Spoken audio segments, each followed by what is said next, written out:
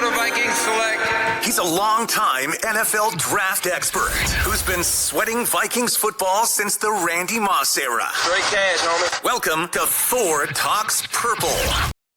Hello, everyone, and welcome into Thor Talks Purple, a very special Victory Monday version of Thor Talks Purple. As always, I'm with my producer, AJ. AJ, we have a lot to talk about on this victorious Monday, so let's get right into it. Yeah, first Victory Monday with you, full-time member of the SKOR North team, and I don't think there's a better game to have it come off of. It's a nice bounce-back performance for JJ McCarthy. Just for those of you who maybe were under a rock yesterday, 16 of 23 for passing, 163 yards, but 3 touchdown passes with a 129.2 passer rating. Thor, big bounce-back performance off of some stuff we've seen from JJ. How big of a step in the right direction is this? What are your main takeaways from JJ McCarthy? Let's just get into the QB talk in that performance yesterday. Yeah, an enormous step forward. And you saw it right from the first drive. The Vikings tack on touchdown, second drive, touchdown, second drive.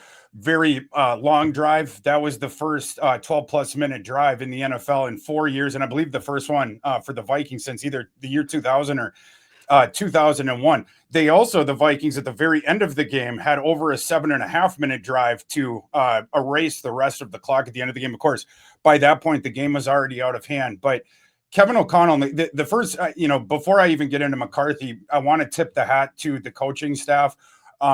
Things that we had been asking for a couple months last week. Kevin O'Connell had the self-awareness and the gumption and the foresight essentially to concede to them all, and we saw them all in practice on Sunday.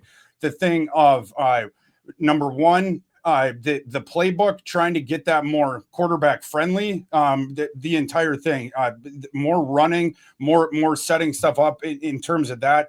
And then the other thing, not focusing so intensely on every little step that JJ was taking, all this stuff with the mechanics and this hyper focus on it, and that becoming a narrative. And then you turn everyone into the internet for 2 months into amateur quarterback experts with all the game film running it at times 0.2 speed and every little direction of his feet and everything like that, saying, you know what, let's forget that for one game. Just go out there, play football, focus on the progressions, focus on the decision making.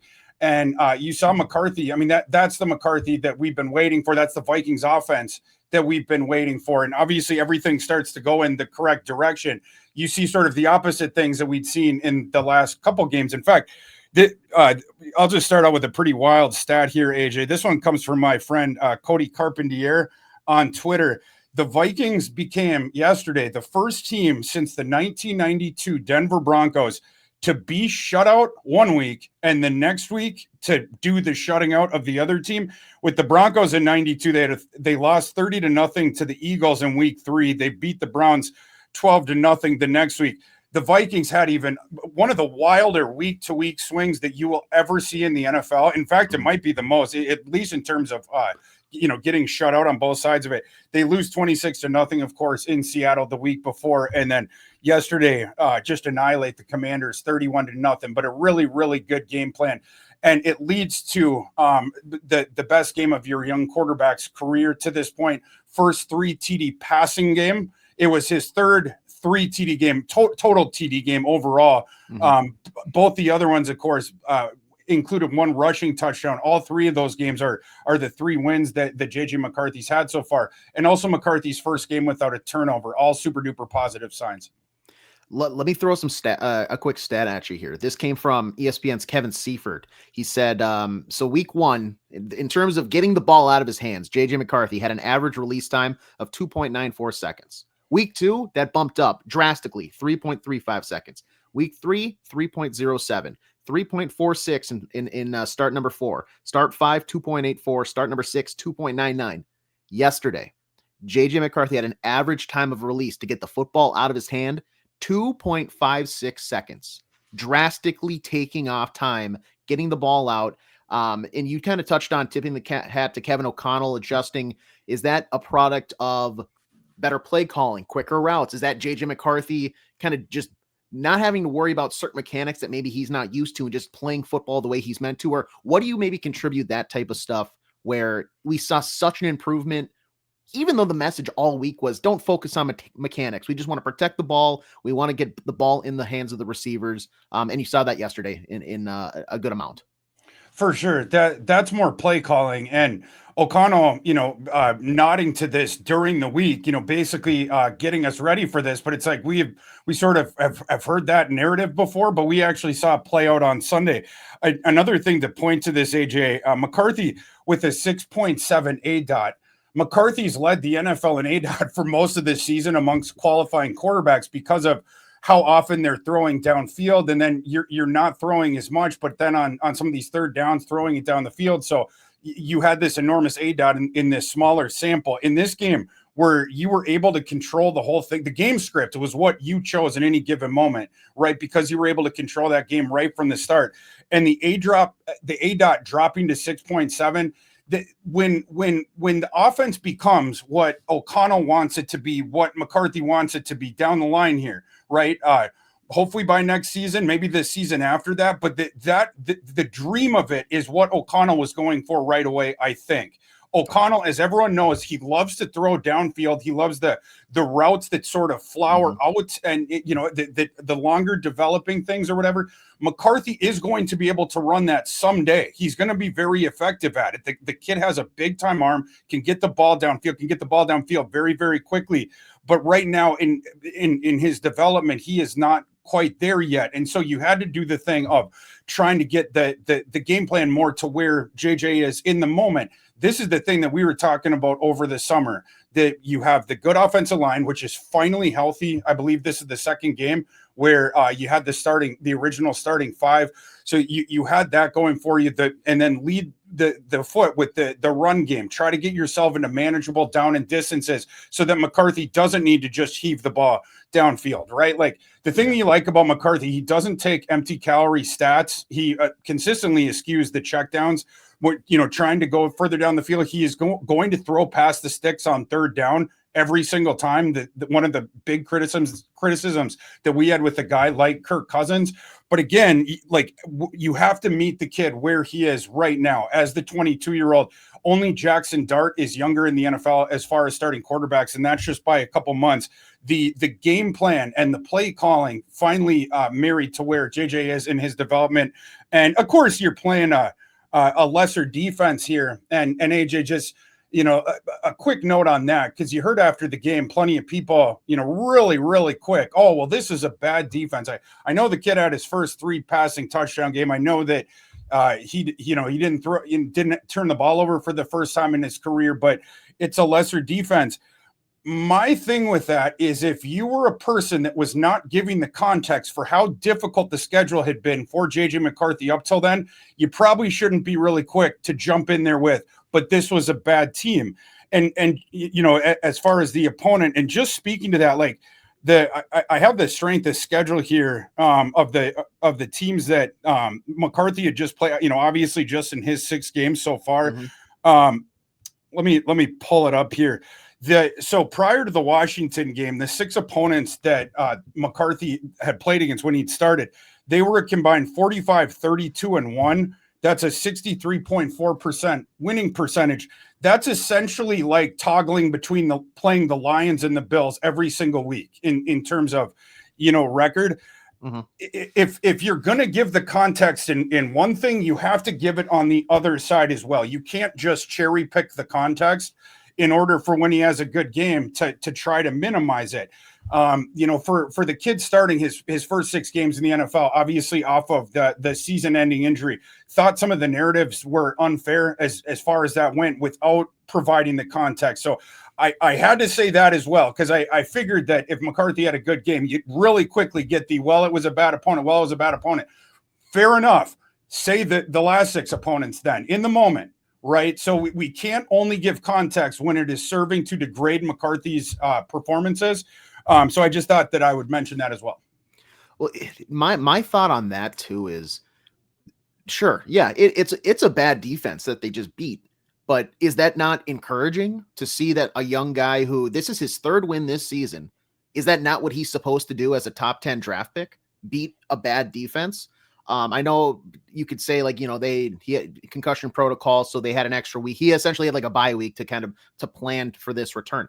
Well, still, he executed. He didn't turn the ball over. You saw him on that first drive being able to kind of just pick apart the defense, and it was a very efficient go down and score. But then also these long drives eating the clock. Yesterday, I think the game time was an uncharacteristically short game. We're talking 2 hours and 40 minutes from start. It was like a baseball, new era baseball game, just like sort of racing through it.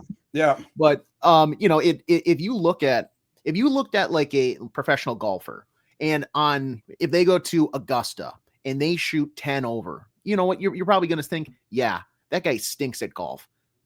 But you bring him out to some local goat track here in Minnesota, where you can play around 18 for $30. They're probably going to shoot 18 under because they're that good.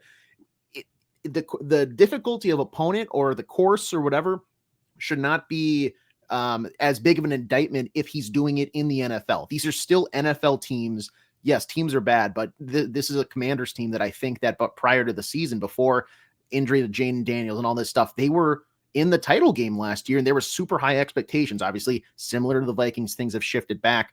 But this is a way of me kind of driving it into, is this a catapult for maybe the production and development path for JJ McCarthy? Because you saw it yesterday. It's a big step forward against a bad opponent, but he also has a win against Detroit on the road this season. He went up against the Bears week 1 on the road, got the win there. So it's not like it's been all bad all the time. He's beaten some good teams too. Is this maybe a good foothold to now rocket launch, propel the rest of the season and see a lot of good step forwards in developmental work the rest of the way? I think so, yes. And on both sides of it, JJ's development and also Kevin O'Connell's continued evolution as a play caller with regards to the offense with his top 10 pick, the young 22-year-old. Both of those very, very positive signs. And you see the growth there. And I think they're going to keep growing together. So, yes, I absolutely think that will be an accelerator. And as far as the Washington thing, I had a question about why they had, in my opinion, rushed Jaden Daniels back. And especially when you're watching the game live, you're like, well, I don't know if Jaden Daniels should be out there. So I asked some questions late in the week after that to some people that would know. And, basically the idea that was conveyed to me is, what, it's the whole thing in pro football of like, until you're dead, you're alive. And there was a scenario if, everything, all the teams above Washington in their division lost out and then Washington won out, where they could still, like this pie in the sky, 0.1% chance. But like Washington went into that game, you rush Daniels back because you're like, well, we still, have this puncher's chance, we could. And the torch was snuffed out on them on that second drive. I mean, Minnesota, you start quick, then you get the ball back. And the fact you go that 98, you could just see how demoralized Washington was after that. And after that, it was just pound. Again, the kind of team that we thought we were going to see over the summer, over the offseason, and the kind of game plan, but just a physical one. And then, as far as McCarthy goes, just hitting his marks, right? I mean, the 3 touchdowns, the accuracy was there. He was on time. And a part of that was the quicker hitting concepts, right? And you mentioned how quickly they were, he was getting the ball out of his hands. You had some of the freebie completions that you hadn't seen as much, including my boy Ty Felton. You see his cameo there at the end, AJ? I think some members of the team might be listening to the show. We were begging for Ty Felton last week, and we got a little bit of him late on a manufactured touch, which then you saw his yak. He got the 10 yards of yak after that. So who would have thunk it? And hopefully we see more of him. But, between that, we even had some quick slants. Again, just stuff that we had been asking for. And McCarthy, I can only recall him with one inaccurate pass. The all 22 was not up this morning. I was hoping to watch it before. I will watch it before our show tomorrow, but it wasn't up in time for me to rewatch it this morning. But in my memory, I can only recall one errant throw from McCarthy, and that's the one where he gets hit in the hip while he's releasing the ball and it's going towards the sideline. And obviously it ends up sailing, but way out of harm's way, it was high and wide, I guess. But yeah, outside of that, just being on time, being accurate, the decision-making was there for McCarthy as well. But this one, it wasn't about McCarthy, not about O'Connell. It's the team finally playing really, really well. O'Connell's been talking about the all three phases thing and, winning football in all three phases and blah, blah, blah. And of course it's a cliche, but when you do get the ball rolling in every phase correctly, you see how easy it becomes to win games as opposed to how impossible it seemed over the past couple of weeks. Last thing I've got for you on McCarthy here, and then we can talk maybe some KOC and play calling and whatnot. But yesterday, when you look at the pass chart of JJ McCarthy, there was this, and there has been this narrative that like he doesn't want to throw to the left. He doesn't want to do anything on this side of the field. Well, yesterday, and I'm going to exclude one here because one is like just outside that left hash mark. He threw 10 passes towards that left sideline. He completed on 6 of them. One was the deep shot to Jefferson. That was basically a one-on-one ball. Maybe could have been thrown a little bit better, but at the same time, like if you give Justin Jefferson a one-on-one chance downfield, I love it. But 6 for 10 to the left side of the field. He went 3 for 6 going to the right side of the field. And there was really not that much, honestly, right over the middle. But when it comes to throwing to the left and nothing over the middle, was that more a display that he can do it? Was that because of the matchups cornerback wise to get action more on the left side? Where would you chalk that up to as to why we saw such a heavy array of passes shifted left yesterday? Matchup and the ability to do it. So it's a 1-2 thing. But like, for instance, I remember, what was it? In one of those first 2 games, there was one where that was the game where it was very little passing to the left.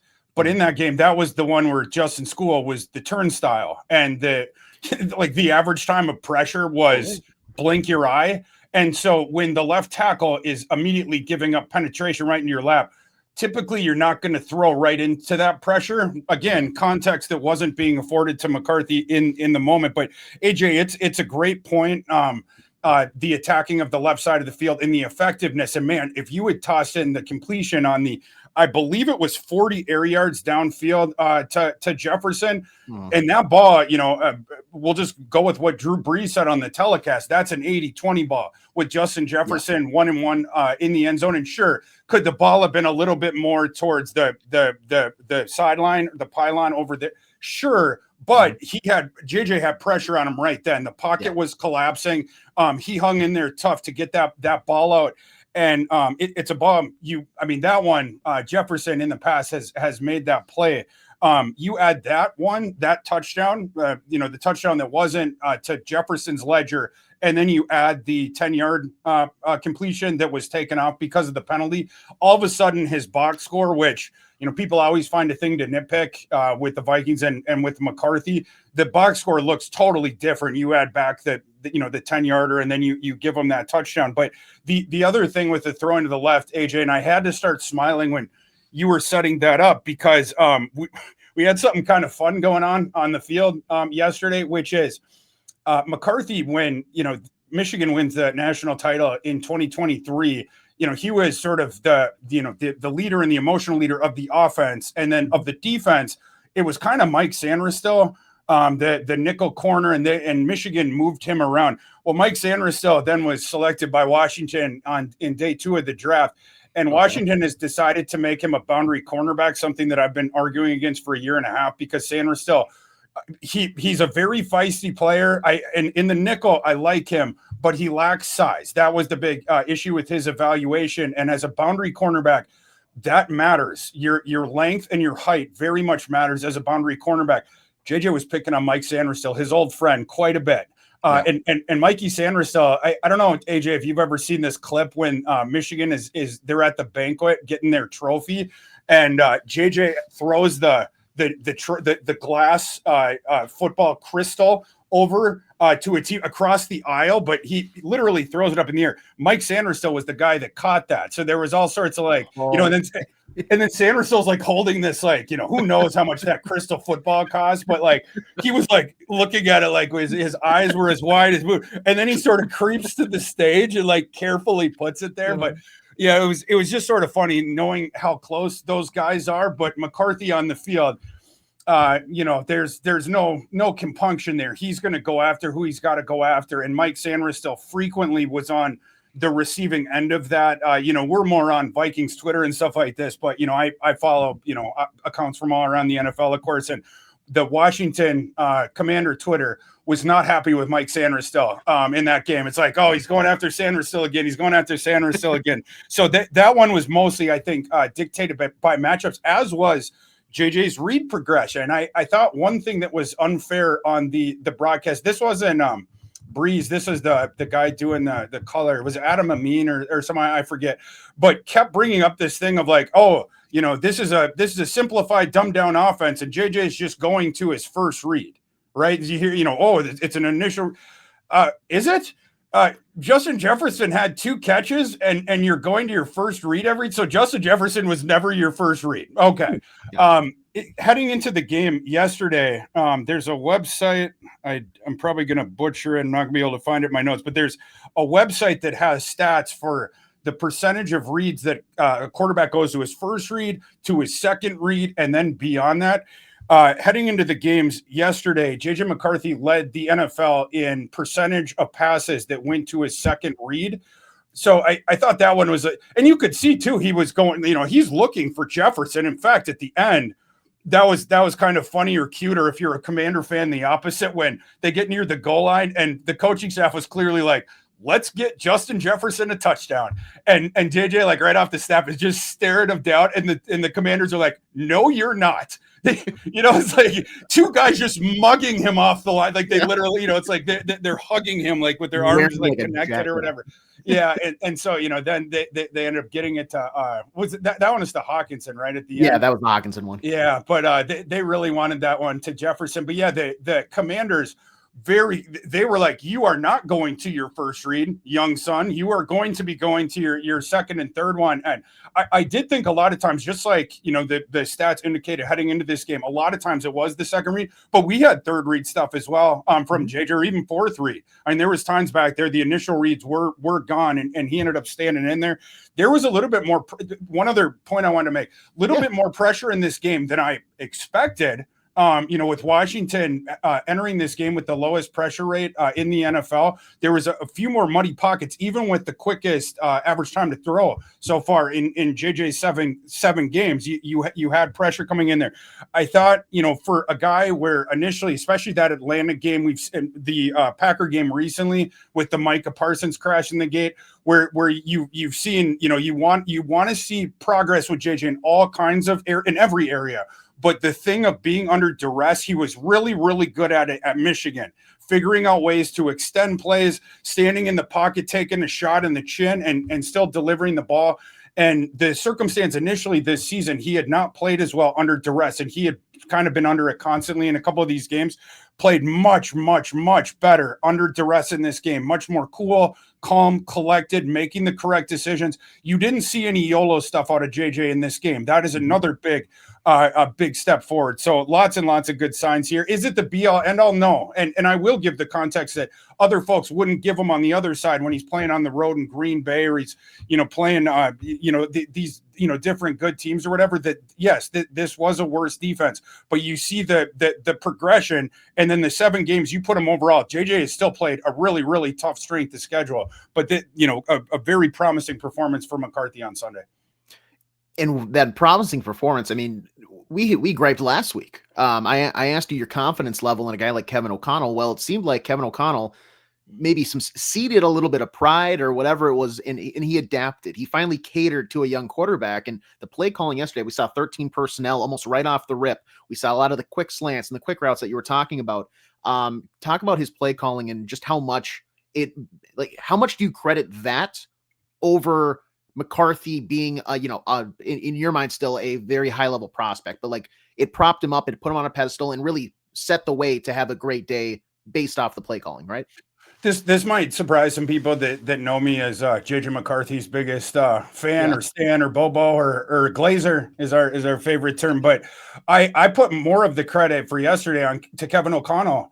I think he deserves an enormous amount of credit. We talked last week, I had the thing about some geniuses, they get intractable in their way of seeing things, and it becomes really hard to sort of punch their way out of a paper bag of their own making, right? Like, and sort of the downsides of being gifted in that way. And Kevin O'Connell, it seemed like he was sort of fighting his way out and getting there in order to, and it's like, you don't need to scrap the whole offense, and we don't need to go to triple option. We don't need to go to, we don't need to turn the clock back to 1960. What we were asking for was a more even mold between, some of the things he likes to do, but also the understanding with the young quarterback trying to lead the dance with the foot of the run game. Maybe make some simpler reads for him, and then also adding in the quick hitting passing game, which then hopefully that is the thing that sets up your downfield shots as opposed to vice versa. And you saw the growth that we saw with Kevin O'Connell yesterday, as promising or more promising, I think, you're thinking about it the day after, as with McCarthy, both were super duper promising, obviously, but the fact that O'Connell can adjust in the moment, and his public comments last week, it's like, it's, body snatched or something, or a come to Jesus. It was both with the play calling, and then also, again, the thing of, basically what he said last week in so many words. Kevin used a lot more words than I do, but it was, basically the thing of like, we're going to stop nitpicking his mechanics, and we're going to go out there and let him play ball. And it becomes more about who's the guy you're throwing to than, again, every little step and micro step and what way is and you saw how much more comfortable JJ was. And not only that, the on time thing, it's like, when you have to think about 8 different things before making a decision, typically your decision is going to be, it's going to take a little bit longer than if you just have one thing to think about. Where's the ball going to go? Right. And when you sort of free the young quarterback in that way, you saw how much freer that he was playing, which is something that O'Connell was almost hinting at, that was an expectation of his during the week, that was going to happen. Did it take a little while? Sure. Sure. But Kevin O'Connell's had all kinds of success with the way that he did things. And not only that, as I've stated before, I think the way that O'Connell has done things traditionally, in that traditional offense, the offense that he wanted to shove JJ into right away, I think down the line, that is going to be a beautiful, beautiful marriage. And I think what O'Connell was trying to do is essentially accelerate the development out of it. Like, we're going to, it's like your tires are, well, I was going to say mud, but we'll just do the snow because it's snowing outside right now. But when you're stuck there, the thing, AJ, you have to put the cardboard under your wheels, and then someone's got to start rocking you. Yeah. And you put the little salt under there, whatnot. Like, we got it. It was like the wheels are spinning. And then some nice person came by and said, what if you put some cardboard under there? I got you in the front. Like, we'll go on 3. And all of a sudden we're out of there. And hopefully the car's starting to move now, right? Next week you're in Dallas, certainly a tougher game, but Dallas doesn't have a great defense, right? Dallas has a really good offense, sets up as a potential game for more of a shootout. So it'll be interesting in that one, with O'Connell, with the game plan. Do you try to slow it down a little bit? Certainly the Vikings are going to be more aggressive on offense. You're going to have to be next week, in order to keep up there, because Dallas is going to put some points on the board. And we will talk about that game, obviously, plenty more this week as we get into previews with it. But interesting to think going forward how that's going to work. But you have to take your hat off to Kevin O'Connell. That was serious growth for that guy as a head coach, and he was already a really good one. But this was sort of a new pitch in his a new weapon in his arsenal that we saw this week. So hats off to him. And hats off probably to Brian Flores too, like you said at the top of the show, going from getting shut out last week to now you do the shutting out.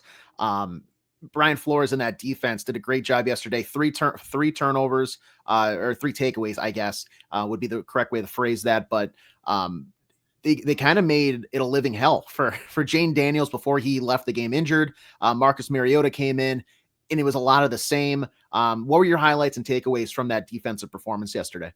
Classic Flores. Now their offense, you had I almost felt bad for Washington, because we've been on that side of things a little bit this year. You had the young quarterback that did not appear like maybe he should be out there, that maybe didn't want to be out there. His offensive line wasn't performing well. He had the receivers dropping the ball in the end zone, which we've seen plenty this year as well. All sorts of different stuff like that. But Brian Flores is like, all right, man, they're there for the taking. Let's crush these guys. And that's what they didn't relent the whole game. Right. And then, Daniels ends up getting yanked in the third quarter. But by that point, it was like, maybe you should have come out. come out earlier, but in my opinion, Daniel shouldn't have been playing at all. But then they tried Mariota in there, not much better. You mentioned the multiple picks, and boy, I couldn't have picked two better guys to get it. I think every Viking fan, the grin they get on their face when Van Ginkel cuts in front of a passing lane and just, I'll take that thing. And now he's going the other way. The receiver speed up behind him and catch him, which is the only surprising thing about that play, because we've seen so many gink sixes that I think most of us were up off the seats. We were already sort of, but an awesome interception. Obviously, you put the ball right on the doorstep on Washington's side of the field after that one. And then Harry the Hitman, our old friend, getting his first interception of the season. Now he has 38 for his career, of course, leads all active players. And that interception put Harrison Smith fourth in Vikings history in interceptions, moving ahead of Joey Browner, who we had been tied with. Those stats courtesy of our friend Will Raggets. But very fun defensive performance. Washington couldn't do much on the ground until very late in that game. When the game was over, that was the first time that Washington had any effectiveness on the ground whatsoever, when the Vikings were just dropping guys back. But when in a normal game script, shut out the lights on their run game. You had Jaden Daniels in hell for the 40 minutes that he was on the field. And then, he ends up getting yanked out. He got banged around. Shouldn't have been out there again. But yeah, you didn't relent in that one the entire game. And whereas Brian Flores, I'm sure, for once this season, he was able to go in there, I assume, and be grateful for the offense, or thank the offense. So many times this season, the defense is the one that had been stranded, right? And it had been put in bad situations, and over again, like it still played pretty well by most metrics. The Vikings, a top 10 defense, including scoring defense, even though the Vikings offense has helped out opponents by giving them some points. In this one, you finally get to a game script where now the offense is helping out the defense as much as the defense helping out the offense. You had the 12-minute drive, again, longest in the NFL in 4 years, in the second quarter, when that was still a game. It really wasn't after that. I suppose at halftime you still had a shot. I think by that point, though, it was already like an 80% win expectancy for the Vikings. And then, of course, in the second half, just got more and more and more. But the Vikings only had 7 offensive possessions in this game. And Flores' defense, you had less possessions and less time, where you had to be out there and you were able to assert your will over what became a feeble offense when you were. So just another fabulous game for the Vikings defense. Yeah, and another good guy, another good performance by a guy by Eric Wilson. I mean, he continues to be kind of this saving grace at times. Like, even in the bad games, he seems to be a silver lining. Yesterday, he shines as well. I'm seeing some discourse, whereas he kind of a sleeper, maybe under the radar type guy for Pro Bowl consideration this year. He might be, especially, certainly the game now with how many guys get invited, that certainly helps your odds. But also the context with Wilson, it might help him as well. He's a really, really good story, and it's a guy who obviously is really good on special teams. It's why they originally signed him. But it's a player that has proven to have utility on defense. I think he's going to get paid this offseason. We'll end up seeing by the Vikings or by someone else. But he has proven this year that he is a starting off-ball linebacker in the NFL. And he still gives you that fun special teams utility, chasing guys down and everything like that. But yeah, his game has advanced so much. Eric Wilson, kudos to him. And yeah, it would be a kind of a fitting end if it ended up in the Pro Bowl, and we'll just have to watch that. But yeah, you aren't getting him out of the lineup at this point. With the win yesterday, the Vikings kind of harmed themselves when it comes to draft slot. They now sit with the 11th pick, moving to 5-8 on the season. So they sit behind the Bengals, who are 4-9. They sit behind, I guess, Atlanta, but it's actually the Rams who own that pick at 4-9 as well. Arizona 3-10, New York Jets 3-10. There's a slew of 3-10 teams, but there was a weird discourse, and this is where maybe the limbo is for Vikings fans yesterday. Some people who are still very anti-McCarthy, they look at 163 passing yards. They look at and it's like, okay, well, that's a good step in the right direction, but does that outweigh the potential draft capital? Let me hear your thoughts on one, where they sit right now at 11th. Is that still prime position to pick up somebody that can impact next season? And also how you value yesterday's performance versus a higher draft pick. I'll take the win. I'll take the win the way it was. That was pretty fun. Yeah. And look, no one, the draft and draft positioning, that's sort of my game. But I did like that, the Vikings with that win, they actually didn't fall down. They were in the 11th slot before. They remained there because the only team heading into the week that was one game ahead of them was, or behind, however you want to see, but was the Dolphins. They were, had the one, they were one game better in the standings. The Dolphins, who just keep winning, I think it might be 5 straight right now. They whipped the Jets. So the Dolphins stay ahead of them, and the Vikings sort of stay put in their own slot. You mentioned the couple teams that are one game worse than the Vikings that they're looking at. Even though the Vikings don't move up here, because obviously they end up losing, we had an interesting development happen in the afternoon, which is that the Cincinnati Bengals, the team that's closest to the Vikings, they currently sit in the 10 slot, and they end up losing to the Bills yesterday. It was close. They were very competitive in that game, but they remain there. But now the strength of schedule of those two teams has tied. So, which means that the tiebreaker, because the first tiebreaker outside of record for the NFL draft, it becomes strength of schedule. It's different than the tiebreakers that are used for playoff positioning. The team with the harder strength of schedule picks lower. So the easier strength of schedule with the tied records, they're going to go higher, which means if the Bengals opponents this season, if they end up the rest of the season having a better record than the Vikings ones, then the Vikings would win that tiebreaker, which is going to become important if the Bengals and the Vikings end up tying in record. But I think right now the Vikings look pretty locked in around there at 11. I don't know if they're going to fall beneath the Dolphins with how hot the Dolphins have been. You do have the potential for just a little bit of upward mobility here. And we'll see the way that the season ends up going there, these last, few games or whatever, but the Bengals are in range there. And then the team right above them, was that the Falcons, or who was in between? Because there was right ahead of them, ahead behind, however you want to phrase it, is Atlanta. The Rams own that pick, but and they sit at 4-9 right now. Okay, yeah, and it's not too far off as far as that goes as well. But yeah, the Vikings do have a shot for a little upward mobility, and you have a little bit of cushion beneath you. Now, obviously, if the Vikings win out, that cushion is going to disappear, and now they're going to be closer to the middle of the first round. But yeah, yesterday's results, you are in place for right now, and for me, I prefer the fabulous win that happened yesterday, and then of course all the positive signs we saw, including from the young quarterback. Yeah, I agree with you there too. I mean, it's if one slot or two slots of movement either way is really going to ruin your day when you have a top 10 pick, like take a pretty big step forward in my mind, at least. I'll take a good development day for McCarthy, and I think down the road, like that's what it's going to be. Like if they lose, I'm not going to. It's not going to ruin my day. But as long as there is progress shown and they're gaining more info on him, how to maybe fix or adapt and put him in better situations. That's, for me at least, what I'm looking for the rest of the year.